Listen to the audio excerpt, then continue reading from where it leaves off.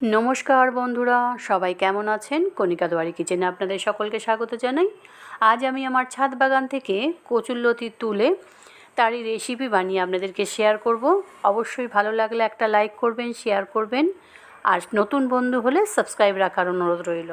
কচুরলতি খেতে আমার বেশ ভালো লাগে, আর কলকাতায় গেলেই আমার ছোটদার বউ এটা রান্না করে আমাকে খাওয়ায়। শুকনো ভাত দিয়ে খেতে কিন্তু বেশ লাগে। আজ আমি নিজেই ইউটিউব দেখে এই কচুরলতি বানাচ্ছি, তাই প্রথমেই ভালো করে কেটে ধুয়ে আর একটু জল আর নুন দিয়ে ভাপিয়ে নিচ্ছি প্রথমে।